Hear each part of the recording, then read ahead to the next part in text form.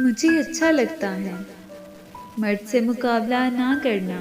اور اس سے ایک درجہ کمزور رہنا۔ مجھے اچھا لگتا ہے جب وہ کہیں باہر جاتے ہوئے وہ مجھ سے کہتا ہے رکو میں تمہیں لے جاتا ہوں یا میں بھی تمہارے ساتھ چلتا ہوں۔ مجھے اچھا لگتا ہے جب وہ مجھ سے ایک قدم آگے چلتا ہے، غیر محفوظ اور خطرناک راستے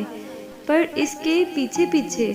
اس کے چھوڑے ہوئے قدموں کے نشان پر چلتے ہوئے احساس ہوتا ہے اس نے میرے خیال سے کس قدر ہموار راستہ انتخاب کیا ہے۔ مجھے اچھا لگتا ہے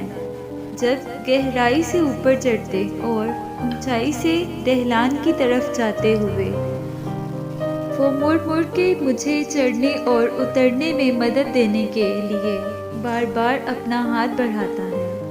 مجھے اچھا لگتا ہے جب کسی سفر پر جاتے اور واپس آتے ہوئے سامان کا سارا بوجھ وہ اپنے دونوں کاندھوں اور سر پر بنا درخواست کے خود ہی بھر کر اٹھا لیتا ہے، اور اگر وزنی چیزوں کو دوسری جگہ منتقل کرتے وقت اس کا یہ کہنا کہ تم چھوڑ دو یہ میرا کام ہے۔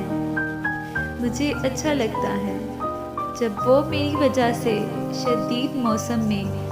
سواری کا انتخاب کرنے کے لیے نسبتاً سایہ دار اور محفوظ مقام کا انتخاب کرتے ہیں۔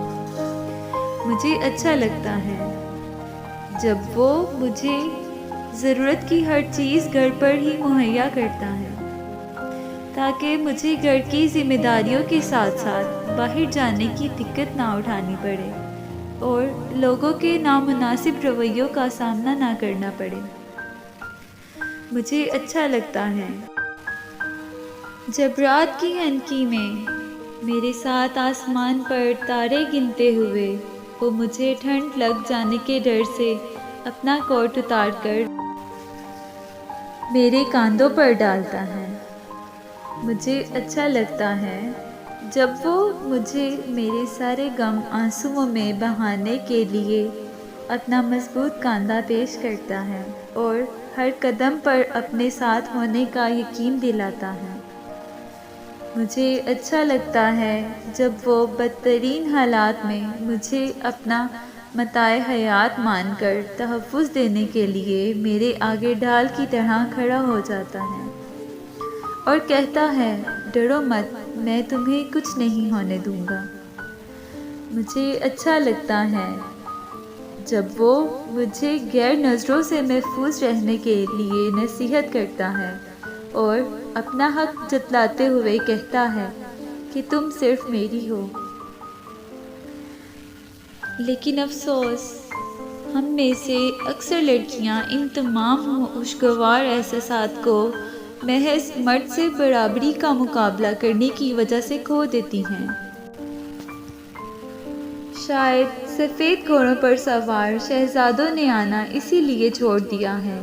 کیونکہ ہم نے خود کو موضوعات کی طرح انتخاب کے لیے بازاروں میں پیش کر دیا ہے۔ پھر جب مرد یہ مان لیتا ہے کہ عورت اس سے کم نہیں تب وہ اس کی مدد کے لیے ہاتھ بڑھانا چھوڑ دیتا ہے، تب اسے خوبصورت لمحات ایک ایک کر کے زندگی سے نفی ہوتے چلے جاتے ہیں اور پھر زندگی بے رنگ اور بے مزہ ہو کر اپنا توازن کھو دیتی ہے۔ مقابلے بازی کی اس دوڑ سے نکل کر اپنی زندگی کے ایسے لطیف لمحات کا اثاثہ محفوظ کر لیجیے۔